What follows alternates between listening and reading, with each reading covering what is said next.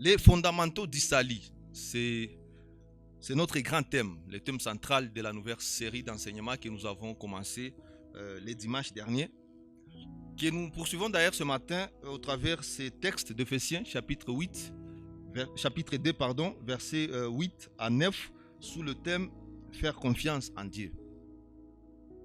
J'espère que vous lisez vos Bibles régulièrement. C'est la raison d'ailleurs pour laquelle l'Église fait de son mieux pour le mettre à votre disposition, pour que vous puissiez les acheter et les utiliser à la maison et les lire. Et dans Matthieu chapitre 7, versets 24 à 27, dans cette partie, Jésus enseigne. Et dans ces enseignements, Jésus met en lumière la distinction entre deux personnes. L'une qui écoute la parole de Dieu et la pratique. Et l'autre, même après avoir écouté la parole de Dieu, il demeure la même. Ils ne la mettent pas en pratique. Mais ce n'est pas surtout ces points qui nous intéressent. J'aimerais que nous puissions tourner notre regard au travers de cette métaphore dont Jésus illustre dans ses enseignements. C'est que cette comparaison, cette métaphore dont Jésus compare, il compare cette personne qui écoute la parole et la met en pratique comme quelqu'un qui bâtit sa maison sur les rocs. Même lorsque les intempéries surviennent, même lorsque le grande pluie survienne, il n'a pas peur parce que sa maison est fondée à une très bonne fondation.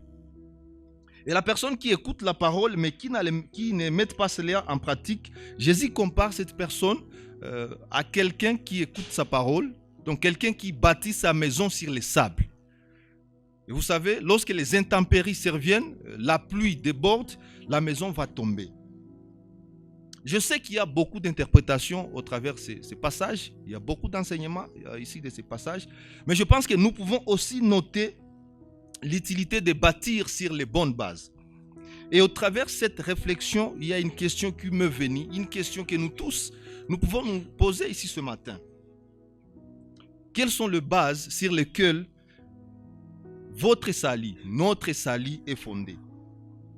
Parce que si nous ne savons pas les bases de notre salut, nous qui nous qualifions des disciples de Jésus, par rapport aux non-convertis, la différence sera juste au niveau des appellations. Nous nous contenterons de nous appeler de chrétiens, des disciples de Jésus, et d'autres des non-convertis. Mais les actes et les conduites seront les mêmes. Parce que la tendance humaine est toujours de bâtir sur quelque chose autre que Dieu. Et si chacun de nous ici est véridique envers lui-même, nous tous ici, nous aboutirons à une conclusion que nous ne faisons pas confiance en Dieu. Nous tentons toujours à combattre par nous-mêmes, pour nous-mêmes. Et la plupart des temps, que lorsque nous tentons maintenant de recourir à Dieu, de rentrer en lui, c'est souvent lorsque nous avons déjà échoué. Donc, conscient ou inconscient, quelque part dans nos têtes, nous avons quelque chose sur lequel nous comptons. Quelque chose dans lequel nous plaçons notre confiance. Peut-être même notre salut. Et lorsque ces choses sont menacées de danger ou de perte, nous nous sentons angoissés. Et c'est là que vous entendez, vous écouterez certaines personnes vous disent, je ne sais pas est-ce que je vais survivre sans ce travail. Je ne sais pas est-ce que je vais survivre sans mon père. Et ce matin, ce passage d'Éphésiens chapitre 2, versets 8 à 9, sera en train de nous ramener sur le base ou le pilier de notre salut.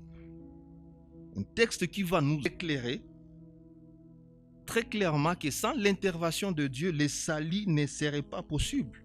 Et c'est ça mon espoir ce matin. D'ailleurs, mon but, j'aimerais qu'à la fin de ces enseignements, que chacun de nous prenne conscience sur quoi est-ce que son salut est basé.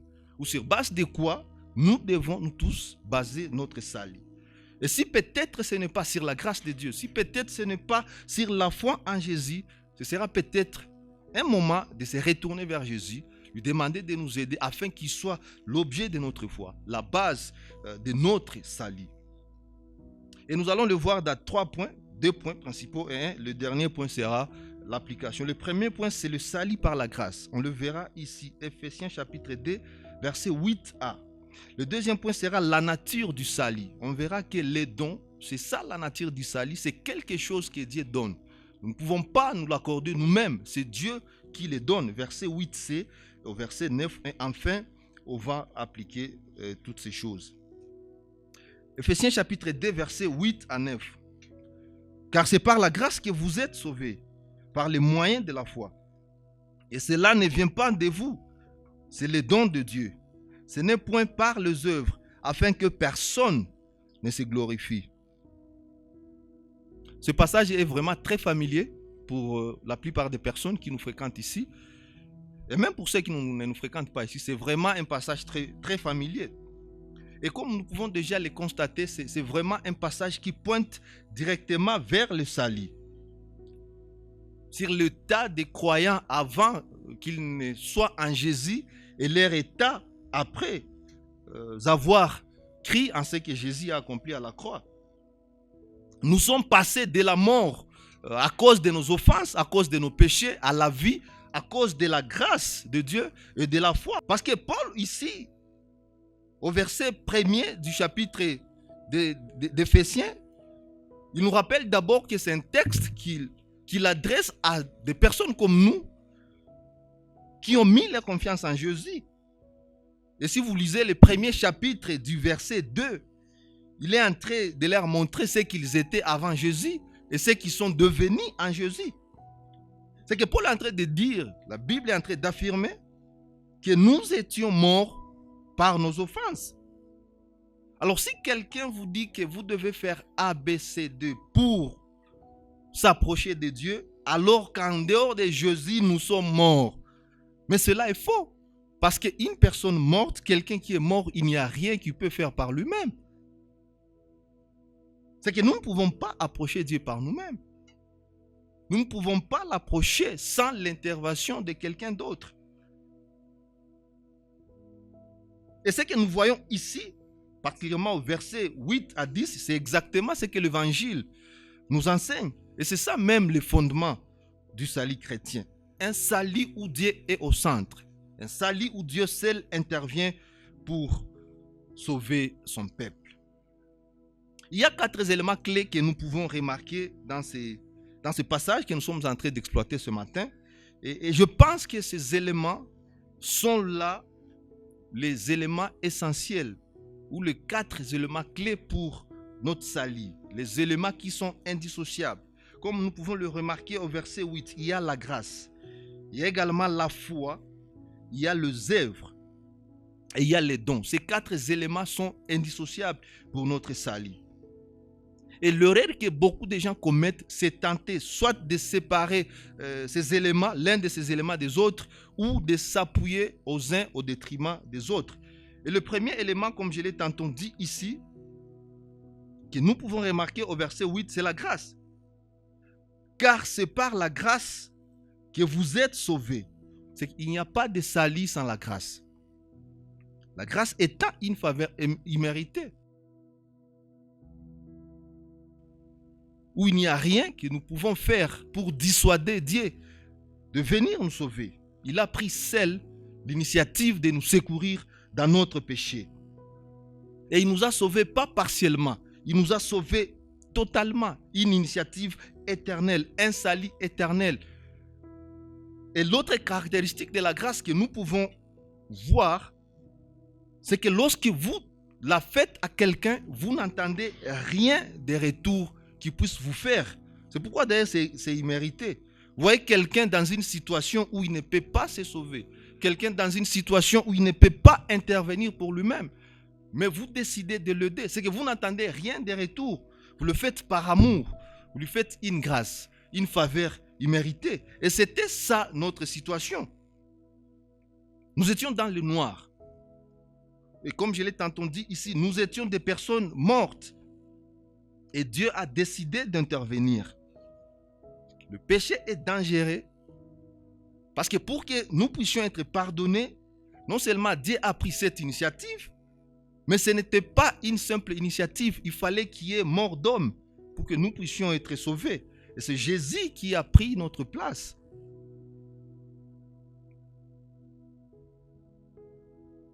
Et maintenant, nous pouvons constater qu'il y a certaines personnes qui vivent toujours dans le péché et pour eux, c'est une vie qui semble être normale. C'est seulement parce que la grâce de Dieu ne les a pas encore ouvert les yeux de comprendre leur état. Parce que non seulement Dieu a pris cette initiative de venir nous sauver, mais aussi il a fait en sorte que nous puissions comprendre notre état. Parce que si Dieu seul n'intervient pas dans nos vies, nous ne pouvons pas comprendre cela. Nous pouvons penser que la vie que nous sommes en train de mener, elle est normale. Il faut que lui seul intervienne pour que nous puissions voir clairement que voilà, nous sommes dans un état où nous ne pouvons pas intervenir, mais il y a un secours que Dieu a mis à notre disposition et c'est Jésus. Donc si nous arrivons déjà à cet état où nous prenons conscience de notre péché, c'est déjà une occasion de remercier Dieu. Parce que ce ne sont que ceux qui prennent conscience de leur état de péché qui peuvent désirer suivre Jésus. Le deuxième élément du salut que nous pouvons voir ici, l'élément majeur d'ailleurs qui intervient dans notre processus du salut, c'est la foi. C'est ici même l'essence ou la puissance du christianisme. Contrairement à d'autres religions, la foi chrétienne n'est pas quelque chose d'imaginaire. Imani ya Kikristo haiko ya kibandi, uamini et tout. Non. Il y a une raison de croire, il y a une preuve de croire. Verset 8b. Par les moyens de la foi. C'est par la grâce que vous êtes sauvés, par les moyens de la foi. La foi ici nous pointe directement à Christ. Parce que c'est bien lui les moyens par lesquels cette grâce de Dieu a été manifestée. Cette grâce de Dieu doit se réaliser. C'est sur Jésus. Parce que non seulement ici Paul est en train de nous révéler l'origine de notre salut, mais aussi ce qu'il est en train de faire, il nous pointe à cette croix de Jésus.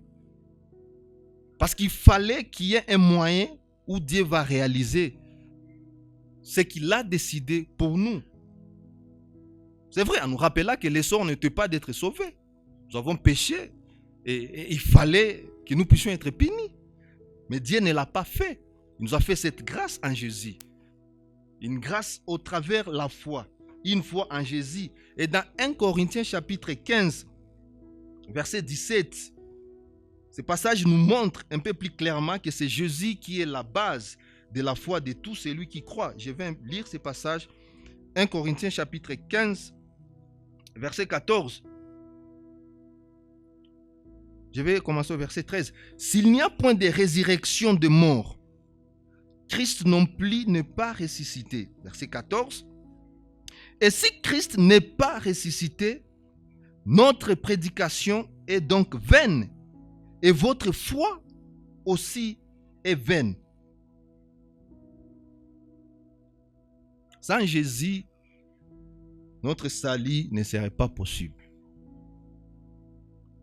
Donc ceux qui décident de considérer Jésus comme un prophète, nos amis musulmans considèrent Jésus comme un prophète. Nous ne sommes pas Dieu pour le juger. Nous ne saurons pas de ce qui sera de leur sort. Mais ce que notre Bible est en train de nous enseigner ici, sans Jésus, notre foi est vaine. Sans l'œuvre de la croix, notre foi est vaine. Nous pouvons nous appuyer sur la croix de Jésus et marcher chaque jour avec l'assurance que nous sommes enfants de Dieu.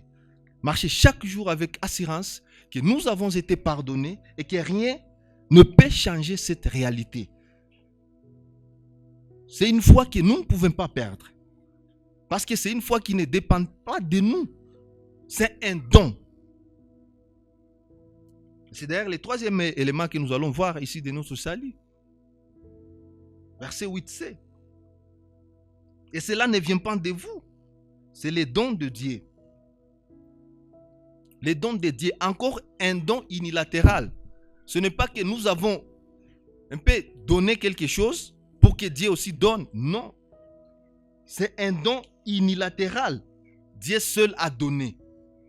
Et j'espère à partir de cette vérité, on voit maintenant que le fait de croire n'est pas quelque chose que nous pouvons prendre avec légèreté. Parce que derrière chaque croyance, il y a une main de Dieu. Derrière chaque croyance, il y a Dieu qui travaille pour nous amener à voir ce que Jésus a accompli à la croix. C'est pourquoi d'ailleurs si quelqu'un vous demandait ici quel jour vous êtes venu au salut, quel jour vous avez été sauvé, vous ne serez jamais à mesure de répondre à cette question. Parce que vous ne savez pas les jours où Dieu a commencé cette œuvre en vous. Donc, il y a quatre filles qui ont dit, Shalom Christ. Je suis différent de ce que j'étais hier. Je vais être plus que ce que je suis aujourd'hui pour ressembler à Jésus-Christ. Et lorsqu'on n'arrive pas à un point où l'on sent que si Dieu n'offrait pas ce salut, ce serait catastrophique, il serait impossible pour nous d'être sauvés. Parce qu'il y a de fortes chances d'ailleurs qu'on n'est pas encore sauvés. C'est pourquoi l'œuvre de Dieu dans notre vie ne se limite pas à ce qu'il a fait à la croix. L'Esprit de Dieu continue à travailler dans notre vie afin que nous puissions chaque jour continuer à ressembler à Jésus. Afin que chaque jour nous puissions être de ceux qui sont différents basés sur la nouvelle identité que nous avons, différents basés sur la grâce de Dieu, la foi en Jésus-Christ. Et tout ça, personne seul pouvait s'accorder cela. Verset 9. Ce n'est point par les œuvres, afin que personne ne se glorifie. Comme je l'ai un peu tantôt dit, c'est ce que la religion est en train de nous dire. La religion nous dit, voilà, pour être sauvé, il faut qu'on ait tabia mzuri. Kama unakunywa, il faut unaacha kukunywa. Kama unafaka hivi, il faut abandonner ça. C'est ce que la religion nous dit. Mais la Bible nous éclaircit sur cette vérité. Ce n'est point par les œuvres, afin que personne ne se glorifie. Nous pouvons noter ici le but pour lequel Dieu a décidé, a voulu que le salut, non seulement de sa propre initiative, mais aussi que l'homme pécheur ne puisse rien contribuer à part le fait de recevoir le salut. C'est pour que personne ne se glorifie. Pour que la gloire et le mérite lui reviennent lui seul qui en est l'initiative. C'est que nous ne pouvons pas nous confier dans nos œuvres. C'est que même venir à l'église régulièrement, c'est bon. Et nous encourageons aux gens de venir tous les jours à l'église. Mais si vous tentez de placer votre salut dans votre venir régulier au culte, mais c'est se tromper. Si vous tentez de placer votre salut dans les offrandes que vous donnez chaque dimanche à l'église, mais c'est se tromper. Je me souviens encore, j'étais allé rendre visite à quelqu'un. Il était vraiment dans une situation qui n'était pas simple. Et lorsque j'arrive, il me pose une question. Est-ce que Dieu est vraiment au contrôle de tout? Je dis oui. Dieu est au contrôle de tout. Il me dit même des choses mauvaises qui nous arrivent, il en est au contrôle. J'ai dit oui. Il me dit, j'étais à l'église et on ne cesse de nous rappeler que voilà, il faut toujours donner, parce que lorsque vous êtes dans une situation compliquée, vous allez rappeler à Dieu ce que vous lui avez souvent donné. Maintenant, je suis dans cette situation, j'avais déjà donné quelque chose et sur base de ça, je suis en train de rappeler à Dieu, voilà, la situation est une quoi, bon, je ne voulais pas les décevoir. Mais je lui ai dit, je vais quand même te décevoir parce que Dieu ne nous doit rien. Parce que si vous lisez votre Bible, nous sommes des pécheurs et tout ce que Dieu nous doit, c'est nous punir. Parce que nous avons péché contre lui. Il nous a montré la voie et nous avons décidé de désobéir à cette voie et nous lui avons suivi. Nous avons suivi nos propres voies. Nous avons décidé de bâtir sur nous-mêmes. Et lorsque les tempêtes surviennent, nous tombons. Mais si nous bâtissons sur lui, nous ne pouvons pas tomber. Et moi, je lui ai dit, je lui ai répondu par un autre exemple. Je lui ai dit, Jésus est venu et il est allé jusqu'à la croix. Est-ce que tu penses que Dieu ne savait pas qu'il va passer au travers d'une souffrance? Oui, Dieu savait. C'est qu'il n'y a rien qui n'est pas au contrôle de Dieu. Si Dieu a décidé, si d'avance il savait qu'il va souffrir pour nous, et que tu passes aussi au travers les souffrances, ce n'est pas pour toi un moment de doute, de remettre en cause la capacité de Dieu de contrôler toutes choses. Parce que cette nature, nous l'avons toujours de revenir sur nous-mêmes sur base de ce que nous avons fait. C'est pourquoi je disais, nos œuvres ne peuvent même plus faire en sorte que nous puissions essayer de demander aux gens pour savoir si réellement, même vous pouvez aussi vous demander cette question. Quel est votre espoir un jour de rencontrer Dieu? Vous répondez à cette question et vous allez découvrir si vous fondez votre salut sur les œuvres ou sur Jésus.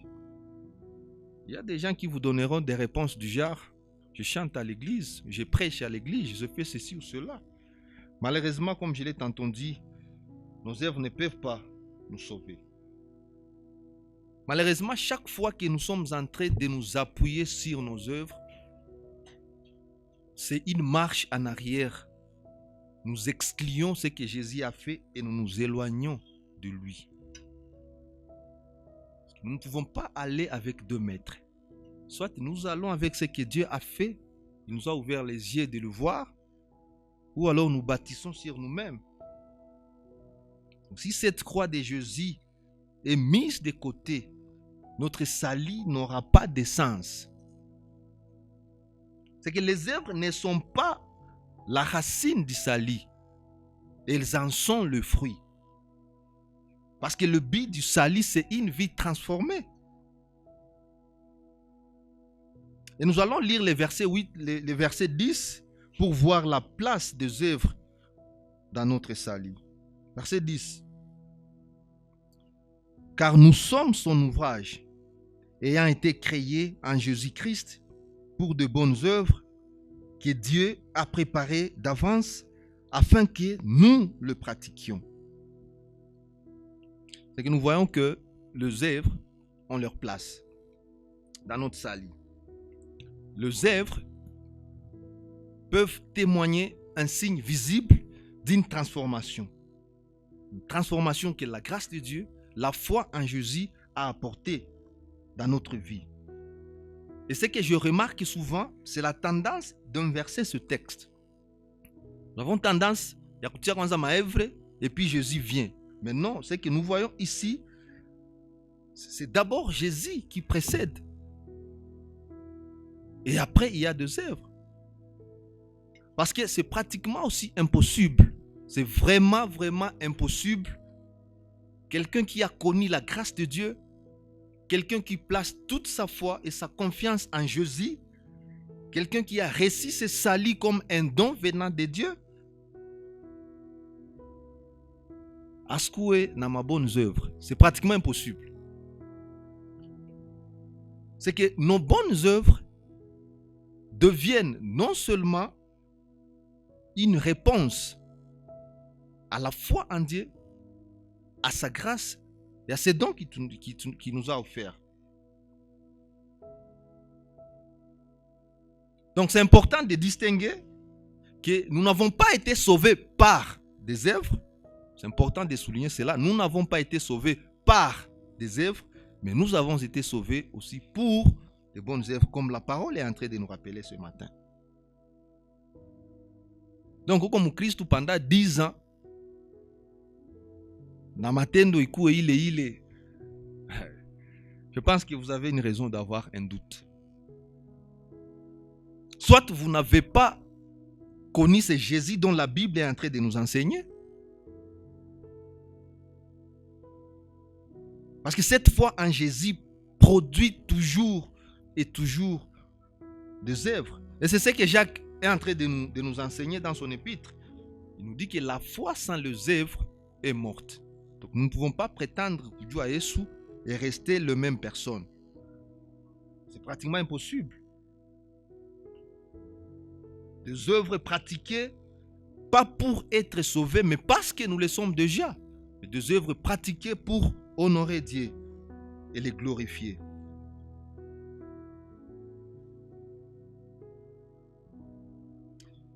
C'est important donc, comme je l'ai dit, de nous rappeler que c'est Dieu qui intervient dans notre processus de salut. Il y a Dieu qui est là, à travers Jésus. Jésus qui est le moyen de notre salut. C'est en lui que nous plaçons la foi. Et tout ça, c'est les dons. C'est que nous sommes là de parasites. Nous sommes là des receveurs. Et même recevoir aussi, c'est un don de Dieu. Parce que souvenez-vous, la description que Paul est en train de faire ici, nous étions, en dehors de Jésus, nous étions des personnes mortes. Et il n'y a que Jésus qui pourrait nous ramener à la vie. C'est que nous sommes là, Jésus a tout planifié, il est venu, il savait le plan de Dieu, il est allé jusqu'à la croix, il nous a ouvert les yeux, nous avons crié en son nom, et voilà, nous sommes revenus à la vie. La réponse de cette résurrection spirituelle, c'est que nous devenons maintenant de nouvelles créatures en lui. En devenant de nouvelles créatures en Jésus, nous sommes différents de ce que nous étions avant. Nous sommes maintenant des personnes qui commencent à pratiquer des bonnes œuvres. Nous sommes maintenant des personnes qui commencent à se rassembler avec les autres à l'église. Nous sommes maintenant des personnes qui commencent à prier ensemble avec les autres. Des personnes qui commencent à visiter les malades. Des personnes qui commencent à donner de leur argent à l'église. Parce que cette œuvre de Dieu à nous, nous a changés, nous a transformés à l'image de Jésus. Donc nous sommes sauvés pas par des œuvres, mais pour des bonnes œuvres, pour les pratiquer en avance. Et pour terminer, j'aimerais revenir sur 3 implications. La première implication, c'est l'humilité. C'est que nous reconnaissons que notre salut, notre relation avec Dieu repose entièrement sur sa faveur. Rien que ça. La faveur et rien d'autre que ça. Nous savons aussi que nous n'avons pas la capacité de bâtir sur nous-mêmes. Mais Jésus, le roc intouchable, c'est sur lui que nous devons bâtir notre salut. Ce qui nous donne une assurance de marcher avec lui jusqu'à la fin de nos jours.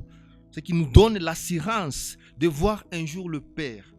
Le roc de Jésus qui ne se brisera jamais. Mais chaque fois que nous bâtissons sur nous-mêmes notre salut, nous allons tomber en cours de chemin. La deuxième implication, c'est la confiance. En Jésus, le salut est rassuré. Notre salut est sécurisé en Jésus. Je ne vais pas arrêter de le rappeler. C'est en Jésus où notre salut est sécurisé. C'est lui qui est allé jusqu'à la croix. Je ne vois pas même personne qui est prête à mourir pour elle-même. Mais Jésus a accepté de le faire pour tout le monde. Et à la fin, et la troisième implication, c'est la croissance. Le but étant celui de ressembler à Jésus. C'est impossible de rester la même personne, le même chrétien, aujourd'hui, demain et éternellement. Non, il y a toujours une croissance. Il y a toujours une différence que même vous seul pouvez observer dans votre vie. Amen. Qu'au bon nos têtes.